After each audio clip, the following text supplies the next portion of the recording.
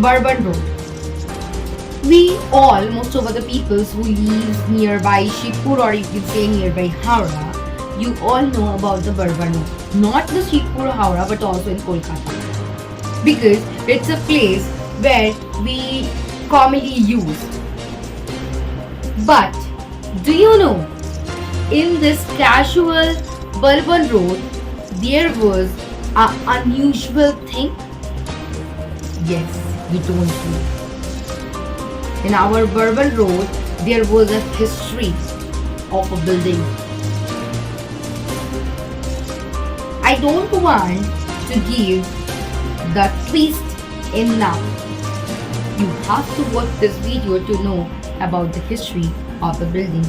And the most important question is, which building is this? And why is this so important? So, to know it fully, you have to watch this. Hidden inside the chaos of Kolkata's business district, right next to Brabourne Road flyover, is an oasis of peace and calm. Shaded by jamun and mango trees, an old church hides in plain sight. On any day except Sunday, you will have to wade through a literal ocean humanity before you arrive here.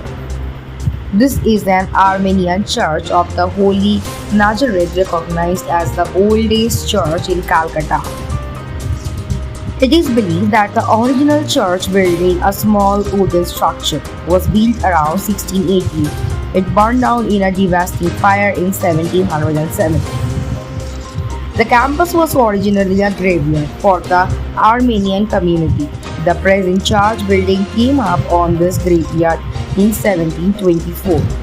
If you visit it today, you will find scattered around the church building old tombstones. One of these was pictured.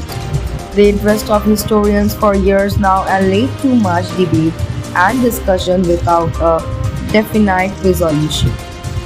The Armenians have a long history with the subcontinent. The first documented arrival is of a trader named Thomas Canna, who reached Malabar in 788. The Ottoman Safavid conquest of the Armenian lands in the 15th century led to the mass exodus in the community from their motherland, and many landed in the Mughal North India. One of the more illustrious ones was Abdul Had, who became the Chief Justice of Emperor Jalaluddin Akbar. Slowly, they spread away from Agra to other provinces like Punjab and Bengal. Many Armenians worked as officers in the armies of native rulers. As wings of fortune showed signs of diversion from the Mughal dynasty to European powers, the Armenians were quick to sniff it. On June 22, 1688, a treaty was signed in London between the English East India Company and the Armenian community in India. That granted favorable trading rights to the community as well as rights with British subjects regarding the freedom of residence, travel, regions, and unrestricted access of civil officers. But hidden behind the church building lies a gravestone that throws up the logical flow of the time into werewolf. Ms. Rove Jacob says the 19th century Armenian historian and writer recorded the gravestone's message as below.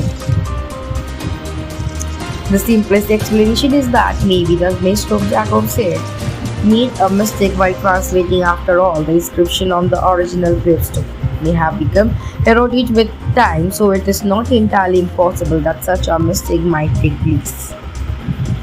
In 18th century, a rich Armenian businessman of Calcutta by the name of Kate Carical sponsored a refurbishing of the interiors of George, construction of a watchtower residence for priests, and erection of boundary walls for the compound. His son Aga Moses Kate Carical wrote a letter to the Englishman of the name Hawkesworth in 1801. The latter got the letter published in the East Indian Chronologist. Aga Moses writes, shortly after the establishment of Calcutta by the English, the Armenians settled amongst them. This also lines up with the signing of the treaty in London in 1688. Master of Jacob said, thus mentioned that Armenians had trade relations with the Dutch. at Chinchura as early as 1645. Years later, when the Armenian community built up a settlement in their region, her grave was possibly moved to their graveyard. Be as that may, if you have never been to the Armenian church, I do recommend a visit. And do make a point to check out the most mysterious tombstone in Calcutta.